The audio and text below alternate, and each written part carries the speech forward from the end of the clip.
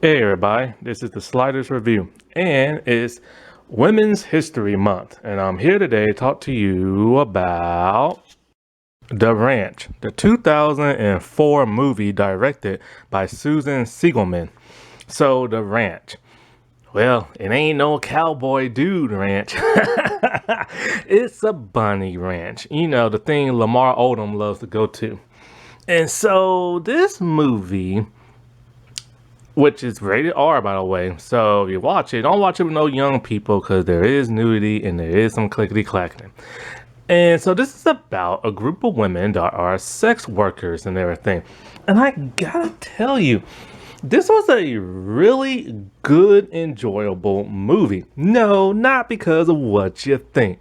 It's because it was like fascinating, a bit like uplifting, and like really in a way educational because it's a drama and it deals with the dramatic lives of a group of these women, what they go through, why they do what they do they truly like it or not, and the ramifications of it all. This movie felt very real. Like when you see them at like, the bunny ranch and everything, they're interacting with each other because it is half like strip club, half like, sex worker type stuff. And it's like they're walking around sometimes, like when they're just lounging around by themselves outside, it's like, they're topless or they're half naked and stuff like that. And the way it would be if it was a place like that or like a strip club per se. And many of these women actually live there because they don't have nowhere to live and stuff. And, there isn't much clickety clacking, but it's mostly just like a drama in a way. A kinda coming of age, but not really because these are adult women and stuff like that. But it was really interesting. Now, this is a TV movie that was on Showtime. Personally, I feel like this should have been a television series because it would have had some really good drama because it puts you in the mindset of what these women go through who work in the adult business. Because a lot of people have strong opinions about people in the adult business. And the thing is, because we're all taught to, oh, this is depraved, this is sick, this is disgusting, nothing but like, diseases and stuff like that. But people, they make those assumptions, but they never really truly know what really goes through it unless you actually talk to somebody who worked in places like that. I've spoken to like a few, not in like streetwalkers, but like, who make adult tapes and stuff. And I read like their comments online, and I also saw documentaries and interviews because it's really quite fascinating, this other life, and it's like a lot of them really hate doing this and stuff. And a lot of them are actually so turned off by like just dating in general because of this, and others are married and have kids. I remember one time when I was in college, I watched a YouTube video. It was a documentary somebody uploaded called The Dark Side of Porn. It was disturbing and just like, but fascinating at the same time. Like, you learn that, a man's milkshake will burn your eyes. And you have to go to like the clinic and stuff. And they talk about how like, they always go to like these clinics and all this and that. And you see that in the movie. It's not a comedy and it's not a straightforward drama. It's really educated. Like you see the process of what they go through. You see them picking out their clothes. You see them interacting with each other when they just like live at those places. You see them go to like the clinics and get their blood tests and and checked and everything like that, and because they have to be as safe as possible and stuff. And they never seem nobody seems happy when they get tests done, but and then it's like a lot of these people are really losing out on like love in their family because of this, and others try to justify it by saying they need the money for this and that. So like I said before, it's a very, very fascinating movie. It is on Tubi. After watching this, I felt like I've seen this before somewhere, and I don't know where or how. Maybe it was on TV or something like that, because there were certain scenes in the movie that triggered like memories in my head. I'm all like, okay, I remember this and I remember that, and I remember seeing Carla Pope, but I don't remember watching this movie. I must have just catched like a few minutes of it towards the end, because I remember that woman was crying and stuff because she had to go back and start working there again. And so this movie has like, some pretty big names and cast. I recognize, oh, three of the actresses and stuff that are in this movie. That I've seen them in like, other like TV shows and movie and stuff like that. Now the pacing is pretty good. They go from each woman to each woman, and they have like, they interact with each other and stuff like that. There is one, however, don't always get that much screen time, but we do find out something fascinating about her and stuff like that. So basically, like I said before, these women are sex workers and they work at a bunny club. It's like slash bar slash strip club slash getting it on and stuff like that. There's a lineup and the guy gets to pick whoever he wants and stuff, which that just feels, I will feel bad. I'm like, I picked you, but I didn't pick y'all. And it's not that something's wrong with y'all, but for whatever reason, I just like her. Like, I will feel bad doing that. You know what I'm saying? And stuff. Like, I would just feel like, oh, no, you're not ugly, but it's just like, And that's how sometimes these women feel like in this movie when they do that. So anyway, the first one is the one the movie first starts off with, Jennifer Aspin. She plays Shayna. And I assumed the movie was just going to revolve all around her character, but I didn't know it was going to break it up and talk about the other characters individually and stuff. Now, it's 95 minutes. Like I said before, it's a TV movie. And so with Shayna, she is about to quit. She's about to get married to the man of her dreams. Only problem is he has no idea what she does for a living. Not only that, but neither does her sister. And so she has one last client and everything right before she goes off on a plane to like marry him. But sadly, when she meets him, he gives her some bad news. He tells her he's been laid off. Now you gotta remember, this was the early 2000s, 2004 when this movie came out. So America was, was in the war at that time, and we was having a recession and stuff, and a lot of people was getting laid off. And he, in the movie, he is one of them. And so, like, he tells her, he feels terrible about, like, having to lie to her about where he be at. 'Cause he tells her he's at work, but he's really not. And so in the back of my mind, I'm just like, wait a minute, if he doesn't work and now she just quit her job and they're finna get married, they're not going to have no income. So it doesn't really dwell on that, for the most part and stuff. And the thing about Shayna, she's a really nice, sweet woman. She dresses like a casual type person, this and that.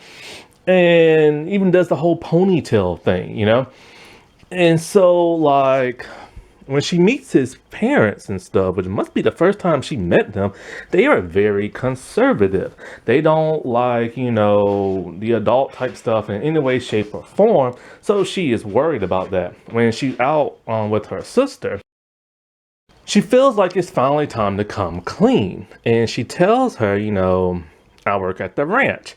Her sister, played by Carla Pope, is mortified. And talking about, like, when mother was sick and all this other stuff and I had to take care of her, you was busy, like, laying on your back and, stuff like that. And her sister just cannot stand her. Like, her sister, I think, literally calls her, like, filth or something like that. And they get into a huge argument, and because the other sister is trying to explain to her, but she just won't listen, and she just goes off. She doesn't even go to the wedding. And when we see her sister at the airport, she's just crying, contemplating, like, but she doesn't even go to the wedding. So we do get to see Shayna at her wedding, and on the groom side it's filled up, but on the bride side there's only 3 people and they're all old. She doesn't have no that much family or friends or nothing, and none of her family members know about what she did, but she doesn't have nobody in her life and stuff. And it's really sad to see. And so they get married, and at the very, very, very end of the movie, we see her knock on the door of, like, the ranch place. And she just looks at everybody. I'm like, oh no, what happened? Like, did they not get married or something like that? And she cries with just big tears in her eyes. And the person who owns it gives her a big hug and tells her, it's gonna be okay and everything. And like, we got you and stuff like that, because she doesn't want to go back to that lifestyle whatsoever. Because she wanted to, just like, do the whole 9 to 5 thing, be married to this man, because if he found out, he's not gonna want her no more. And it really hurts her to have to go back to this business. And it reminds me of certain, like, adult movie stars, because at some point in time they retire, and then all of a sudden, like a couple of years back, they're back in the business, and because they had to go back because they realized whatever job they did have wasn't making them enough money to meet the needs of their financial life and stuff. Or other things came around, like medical stuff, or like a death in the family. And plus, you really can't put that down on a resume. So what do you put down? You know what I'm saying? Now, Jennifer, she was from a show I remember called Good Christian Bella, GCB. It was on ABC and only lasted for 1 season. Next is Velvet. Now, I can't really say the actress name. Nikki Michaelmex, or Mikey Mix or something like that. I can't really say her name. She is a former actual TV sitcom star, right? She had this one show, it was a hit, but then she ended up sleeping with her co-star who was 19 years old. Now, she's much older than him. The dad who ran the show saw that happen and fired her, killed her character off, and blacklisted her in Hollywood to where she couldn't get another TV or movie job. So she went to the adult business. This reminds me a little bit, just kinda of Maitland Ward Baxter, who was on Boy Meets World back in the day, who played Rachel. She was an actress. She did some bit movies and TV show appearances here and there. And then, like, all of a sudden, Hollywood stopped beating down her door in 2011. And she started doing, like, nudity, like, sexy pictures on Instagram, then Snapchat. And then she later went into the adult business. And it's interesting because there are some stars, there's few, but that who will actually do that, And so, she's an all right kind of person, but all of a sudden, a guy is looking for her. Now, one thing that bugs her is everybody's all like, hey, don't I know you from somewhere? That made me think, okay, she did some videos, but no, it's because of that TV show. But anyway, there's a guy who's looking for her. And she has nothing as well. Like, I think she's probably living in an apartment. No, like a motel, or I think she's actually living at the ranch. Like, she has nothing. It's weird how she has nothing. Nothing was on a big show. Like, she has nothing saved up. But then again, it happened to Scary Spice.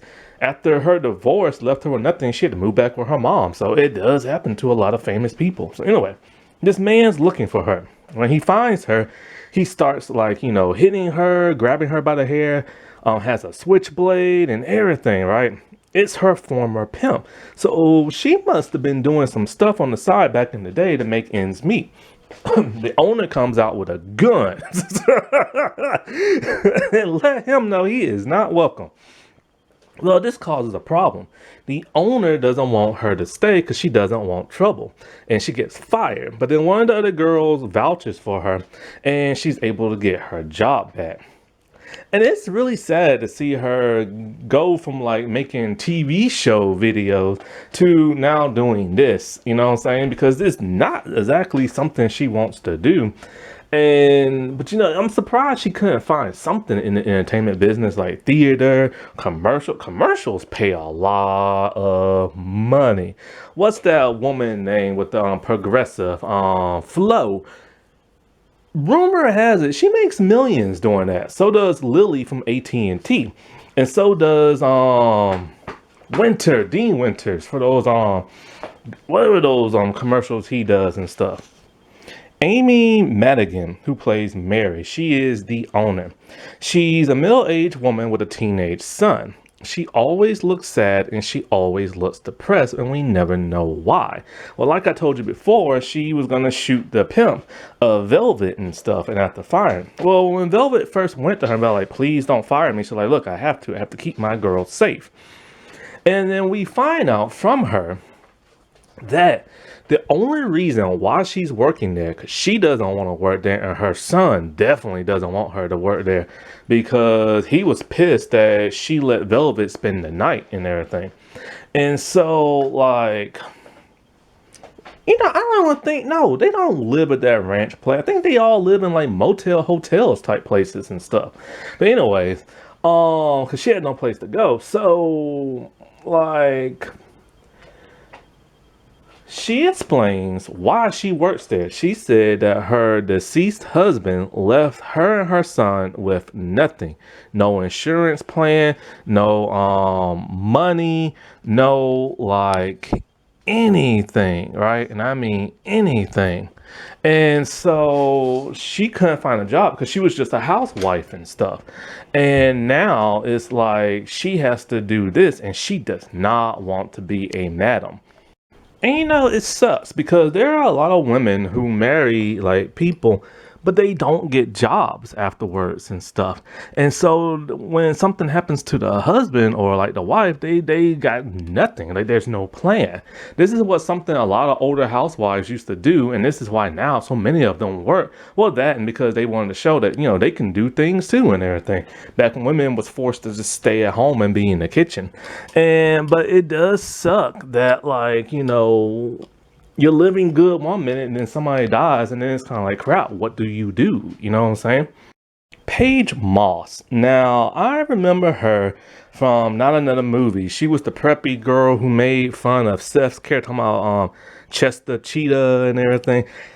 She doesn't get that much screen time. She bops in the beginning, bops in the middle, and bops in towards the end. Her character is the only one who's aggressive. She's mean, she's rude, she doesn't want nothing to do with the other girls. She's constantly fighting and bickering with the other girls. And she says she's literally only there for the money, and she does not want to make friends. Her whole gimmick is the naughty schoolgirl minor type thing, which is disturbing because if you pick her, then that means either you like schoolgirls or minors. And a lot of the men that pick her are really older men, which the other ladies do not like. They find it very nasty because it is. And so, like, and they have special rooms in her room. Like, if you want like the head people, you get your own room where you get and it's all decked out in little kid stuff. You know what I'm saying? And so it's really disturbing that these older men do this crap. Now, she said something that's very fascinating that I never stopped to think about. She said, because somebody got on to her talking about like all these perverted men who pretend like you're a kid and all this other stuff. And she tells them she does that so that these men won't actually do it to their daughters and stuff. And that's her justification of that. Now, I don't really know how to feel about that because those dirty, nasty men will still do a minor and everything.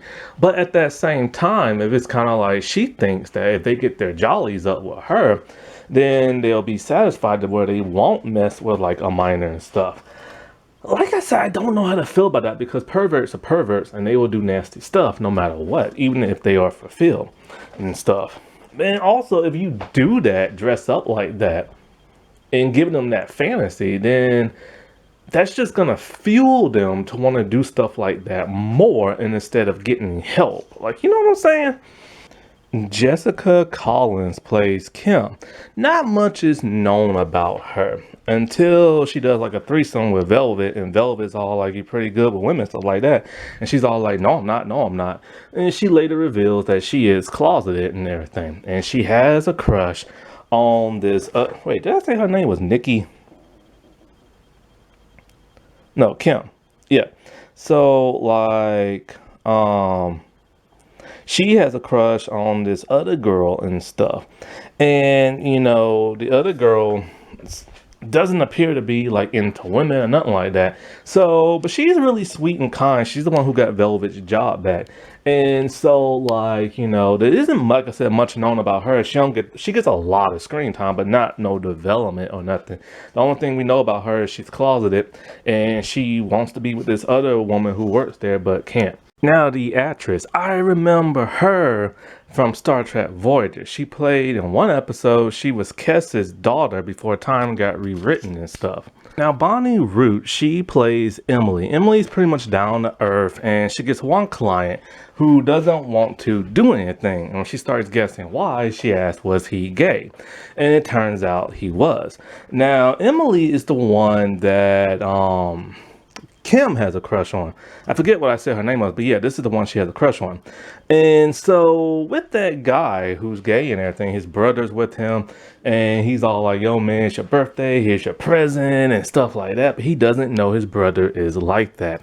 And so Emily does not get along with that of, I think her name is Roxy. And no, Ricky. Ricky is the one who does the schoolgirl thing. And so, like, Emily, when the guy is talking to her, because they're just in the room for like an hour just doing nothing, and he sees that she has a guitar. And he asks, does she play? And she says she been wanting to learn but never has, and she used to sing. His family member works for something kind of like a club where people get to sing and stuff like that. So he got her a gig for like an audition and stuff so she can start singing because she doesn't want to work there as well. Now, when it comes to David is the bartender, and he's an all-around nice guy, very shy, timid, and Velvet's pimp like beat him up and everything. And so it turns out he has a crush on her and always has. And she does the whole, why would you want me? I'm not good enough type thing. I mean, look what I do. And he's all like, I've always liked you since the day I met you and stuff. So they talk about starting a relationship until he says that he's okay with her job. And that pisses her off because she's all like, no, like, why would you be okay with this? Like, you work here, I work here, we're dating, and then I go into the room and start doing some guy and everything. She's all like, that's not cool, and I wouldn't be faithful to you. She doesn't want to be like, Shayna and everything, like having to hide it. So they have this huge blow up to where they don't start dating and everything. And because it's just kind of like, she doesn't understand why he would be okay with it. They still remain friends. But because she wouldn't be okay if he were to do that to her and mess around with somebody else.